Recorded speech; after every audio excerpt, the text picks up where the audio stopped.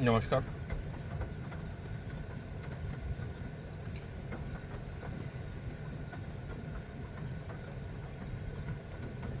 आज आप लोगों के समक्ष आने का एक उद्देश्य है।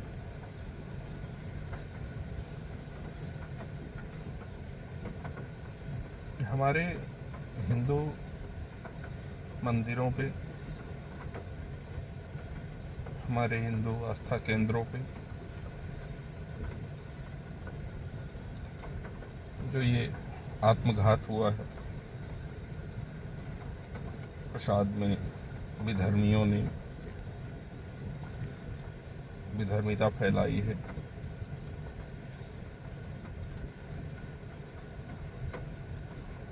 बहुत ही दुर्भाग्य का विषय है।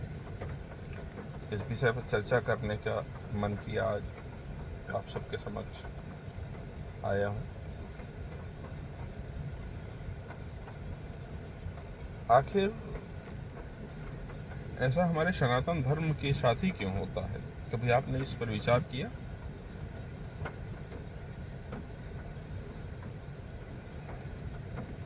अन्य धर्मों पे कभी इस तरह की कोई टीका टिप्पणी, कभी कोई शिकायत, कभी कोई समस्या नहीं पैदा होती है, तो ये हमारे सनातन धर्म पर ही इस तरह की विकट समस्याएं क्यों आती हैं? प्रसाद पे मिलावट करना, प्रसाद में मंदिर के प्रशासन में गलत लोगों को बिठाना, मंदिर प्रशासन के द्वारा जबरदस्ती का कार्यक्रम करना, मंदिर प्रशासन का धर्म को विधर्म करने के उद्देश्य से कार्य करना,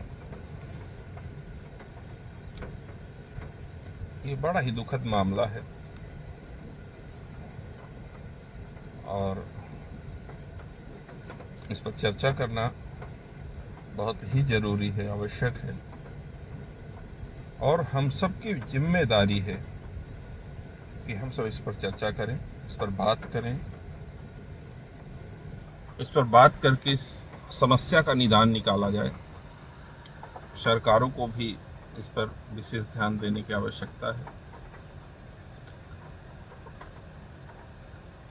तभी धर्मों की संपत्तियां उनके स्वयं के धर्मावलंबियों के हाथ में है। तो सनातन धर्म की सारी व्यवस्थाएं सरकारों के हाथ में क्यों? क्या सनातन धर्म के धर्मावलंबी इतने भी सक्षम नहीं हैं कि अपने पूजा स्थलों का विशेष ध्यान रख सकें, अपने धार्मिक कार्यक्रमों को देख सकें, अपने मंदिर मठों की सुरक्षा कर सकें, अपने मंदिर मठों की जिम्मेदारी उठा सकें? बार बार भी धर्मियों के द्वारा सनातन धर्म को टारगेट किया जाता है, सनातन धर्म को विधर्मित किया जाता है, हमारे हिंदू धर्म को अपमानित किया जाता है। बताइए, जिस संस्था पे अरबों रुपए आते हो, जिस संस्था पे अरबों रुपए आते हो चढ़ावे के रूप में, उस संस्था में प्रसाद में मिलावटखोरी कितने दुर्भाग्य का विषय है।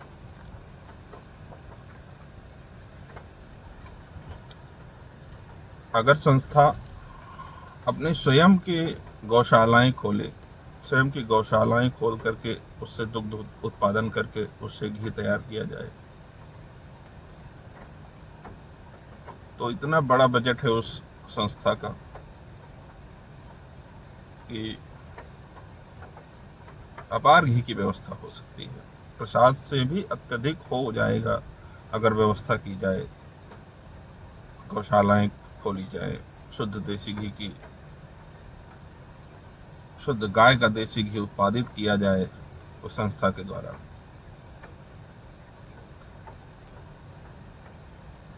ये बड़ा ही दुर्भाग्य का विषय है और उससे बड़ा दुर्भाग्य है कि हम आप उस पर बात नहीं करना चाहते हैं। हमको आपको उससे कोई लेना देना नहीं है। हमारे आपके अंदर एक मनोभाव पैदा हुआ है कि जब हम पे आएगी तो देखेंगे। एक बहुत बड़ा दुर्भाग्य है हमारे आपके बीच। हम आप जब अपने पे आती है तब सोचते हैं, हमें सनातन धर्म के धर्मावलंबियों की समस्या है कि जब अपने पे आएगी तो देखा जाएगा। तो महाप्रभु ये अपने पे ही आई है, किसका धर्म भ्रष्ट हुआ? जो हमारे महाप्रभु को प्रसाद चढ़ता है, वो प्रसाद कौन खाता है? कोई विधर्मी तो नहीं खाता, किसी विधर्मी के पास तो नहीं जाता। सनातन धर्मावलंबियों को ही खाना पड़ता है, हम आप ही खाते हैं, हम आप ही प्रसाद चढ़ाते हैं। तो किसका धर्म नष्ट हुआ? दूसरे का तो नहीं नष्ट हुआ, अपना ही तो नष्ट हुआ। तो दुर्भाग्य का विषय है, इसके बावजूद हम आप बोलने को तैयार नहीं है, हम आप उस पर चर्चा करने को तैयार नहीं है। हमें आपको एकत्रित होकर के सरकार के दबाव में लाना चाहिए,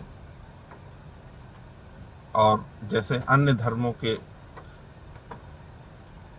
संस्थान धर्मावलंबियों के हाथ में है, उनके बोर्डों का गठन है, उनके अनुयायियों के हाथ में है वो गठन, वो बोर्ड सब उन्हीं के हाथों में है, तो आखिर हमारा बोर्ड हमारे हाथ में क्यों नहीं हो सकता? हमारे धर्म का, हमारे सनातन धर्म के सभी संस्थाएं, सभी मठ, सभी मंदिर हमारे सनातनियों के अधिकार में क्यों नहीं आ सकते? क्या सनातन धर्म का बोर्ड नहीं नियुक्त हो सकता? दुर्भाग्य का विषय है, जब तक आप बोलेंगे नहीं, बात नहीं करेंगे इस बारे में, तब तक सरकारें इसी तरह मनमानी करती रहेंगी और आपके पैसे का बंदर बांट होता रहेगा। आपके पैसे से दूसरे धर्म के लोगों को लाभ पहुंचाते रहेंगे ये सभी। आपके पैसे से दूसरे धर्म के लोग धार्मिक उन्माद फैला रहे हैं, धार्मिक कार्य कर रहे हैं, और आप लोग देखते रहते हैं, क्योंकि आप जागरूकता आपके अंदर है नहीं, आप अपने धर्म के प्रति जिम्मेदार नहीं हैं। दुर्भाग्य का विषय है। आज बड़ा ही दुखित हो करके, दुखी मन से मैं आप सबके बीच आया हुआ हूँ, और हृदय को बहुत ही कष्ट है इस बात का कि हमारे महाप्रभु के प्रसाद में इस तरह की गंदगी मिलाई गई। विधर्मियों के हाथ में रहेगा तो वो तो अपना कर्तव्य करते रहेंगे, आप अपना धर्म भ्रष्ट करते रहिए। जागिए, विनम्र प्रार्थना है मेरे सभी सनातनियों से, सभी हिंदू भाइयों से, जागिए, अपने धर्म के प्रति जागरूक होइए, अपने धर्म के लिए आवाज उठाइए, और अपने संस्थानों की सुरक्षा करिए। सरकारों से पुरजोर तरीके से मांग करिए कि मंदिर ट्रस्ट सनातनियों के हाथ में आए, सनातन बोर्ड की स्थापना हो, और सारे सनातन धर्म के मंदिर मठ सनातन बोर्ड के अधीन कार्य करें। सनातन धर्म के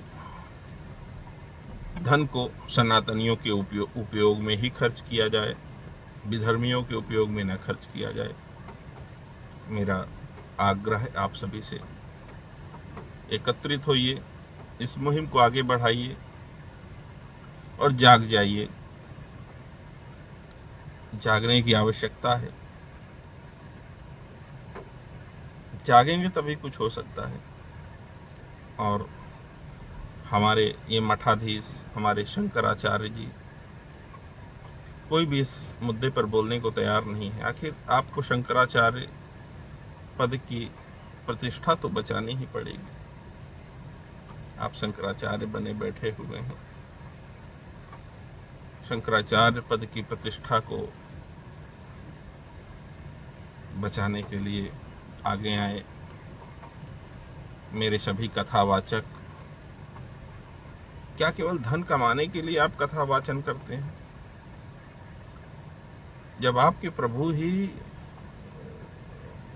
शुद्धता से नहीं रहेंगे, आपके प्रभु को ही शुद्ध प्रसाद नहीं चढ़ेगा, तो क्या आप कहानी बनाने के लिए कथा सुनाते हैं? केवल कहानी समझ के? क्या धन अर्जन के लिए ही कथाएं की जाती हैं? कथा का उद्देश्य तो है जागरूकता, कथा का उद्देश्य है धर्म की रक्षा, कथा का उद्देश्य है धर्म को आगे बढ़ाना। मेरे सभी कथावाचक केवल धन उगाही का कार्यक्रम कर रहे हैं, धन अर्जन का कार्य कर रहे हैं। मैं ये नहीं कहता कि धन अर्जन नहीं करना चाहिए, धन अर्जन तो करना चाहिए, आवश्यकताएं हैं, हर व्यक्ति की आवश्यकताएं हैं, सबका परिवार है, घर है, धन अर्जन सबकी आवश्यकता है। आपको भी आवश्यकता है, मुझे भी आवश्यकता है, मेरे सभी सनातनियों को आवश्यकता है। परंतु इस तरह का धन किस काम का जो अपने प्रभु को शुद्ध प्रसाद भी न चढ़ा सके।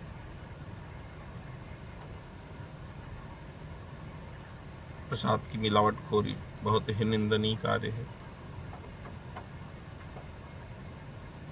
इस पर कठोर से कठोर कार्रवाई होनी चाहिए। कार्रवाई तभी होगी जब आप जागरूक होंगे, जब आप आवाज उठाएंगे। मेरा सभी मित्रों से अनुरोध है, सभी हिंदुओं से अनुरोध है, सभी सनातनियों से अनुरोध है, आप सब इस पर एक चर्चा करें, एक मुहिम चलाएं, सोशल मीडिया पे चलाएं, जमीनी स्तर पे चलाएं और इसका पुरजोर विरोध करें, पुरजोर विरोध करें। जब तक कि आपकी मांगें पूरी ना हो तब तक विरोध करते रहें, तब तक विरोध दर्ज करते रहें। ऐसा ना हो कि थोड़े दिन के लिए पता चला है, हो हल्ला मचा लीजिए, हो हल्ला मचाने के बाद शांत हो जाइए, फिर सरकारें अपना काम फिर से उसी तरह से करने लगेंगी।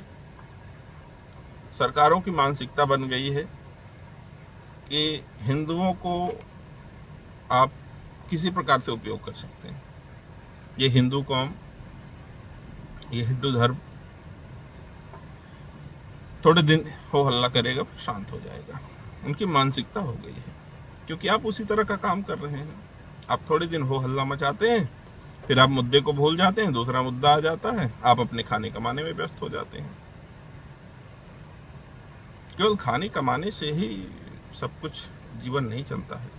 मेरे महापुरुषों, आप सबसे विनम्र अनुरोध है, विनम्र प्रार्थना है, हाथ जोड़ करके आप लोग इस मुहिम से जुड़ें और विधर्मियों को कठोर से कठोर सजा दिलाने का कार्य करें। जितने ये हिंदू संगठन हैं, बड़े बड़े हिंदू संगठन बने हुए हैं, परंतु किस काम के? जब हिंदुओं की बात करनी होती है तो ये सब शांत हो जाते हैं, सारे हिंदू संगठन शांत हो जाते हैं। कोई हिंदू संगठन आगे आने को तैयार ही नहीं है। हमारे ये हिंदू नेता हिंदुओं के नाम पे वोट ले लेते हैं, हिंदुओं के नाम पे सरकारें बना लेते हैं, लेकिन जब हिंदुओं के हक की बात आती है तो सब शांत हो जाते हैं, मौन हो जाते हैं। दुर्भाग्य का विषय है। क्यों मौन हो जाते हैं?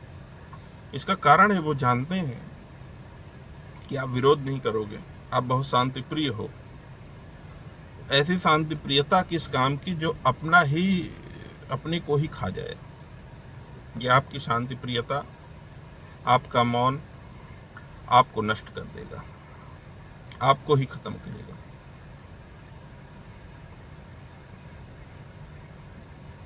एक उदाहरण है, एक माता पिता के 3 बच्चे हैं, जिसमें से 2 बहुत उद्दंड हैं और एक सीधा है। माता पिता सदैव जो 2 उद्दंड हैं उन्हीं की व्यवस्थाएं पूरी करते हैं। उसका कारण आप जानते होंगे, क्योंकि वो उद्दंड हैं, उनसे माता पिता भय खाते हैं कि उद्दंडता करने लगेंगे, और जो सीधा है उसको सबसे लास्ट में मिलेगा छोटी हुई चीजें, बची हुई चीजें। क्यों? क्योंकि ये जानते हैं ये बहुत सीधा है, इसको जो दे देंगे ये उसी से संतुष्ट हो जाएगा। तो ये हिंदू वही सीधा वाला बना बैठा हुआ है कि जो मिल जाए उसी में संतुष्ट। तो इस तरह से आपका खात्मा हो जाएगा। आपको भी उद्दंड बनना पड़ेगा। किसी का नुकसान नहीं करना, लेकिन अपना नुकसान होगा तो उसमें शांत नहीं रहना। किसी से झगड़ना नहीं है, किसी से लड़ना नहीं है, लेकिन अपना नुकसान होगा तो सब कुछ करना है। अपने धर्म का नुकसान होना है तो सब कुछ करना है। अपने सनातन को बदनाम करने वालों के प्रति पूरी जिम्मेदारी लेके कार्य करना है। मेरा सभी से अनुरोध है, अगर मेरी बातें आप लोगों को समझ आ रही हों, मेरी बातों से आपको इत्तेफाक हो, आप मेरी बातों से सहमत हों, तो इस मुहिम में जुड़ें और मेरे इस वीडियो को अधिक से अधिक सनातनियों तक भेजें, अधिक से अधिक लोगों को जागरूक करें। आप स्वयं भी वीडियो बनाएं, आप स्वयं भी अपना संदेश भेजें। सोशल मीडिया का ज़माना है, हर व्यक्ति को इस मुद्दे पे बात करना चाहिए, हर व्यक्ति को इस मुद्दे पे सामने आना चाहिए, हर व्यक्ति को इस मुद्दे पे अपना पूरा अपनी समस्या व्यक्त करनी चाहिए। और तब तक बात करते रहना चाहिए जब तक सरकारें इस पर कुछ एक्शन ना लें, जब तक सरकारें जिम्मेदारी से इस पर कार्य ना करें, जब तक सरकारें आपका सनातन बोर्ड स्थापित ना करें, जब तक सरकारें आपकी सभी संस्थाओं को सनातनियों के हाथ में ना दें, तब तक आप इस मुहिम पे कार्य करते रहें। जय हिंद, जय भारत। मिलेंगे फिर अगले एपिसोड में। तब तक के लिए भारत माता की जय। जय श्री राम।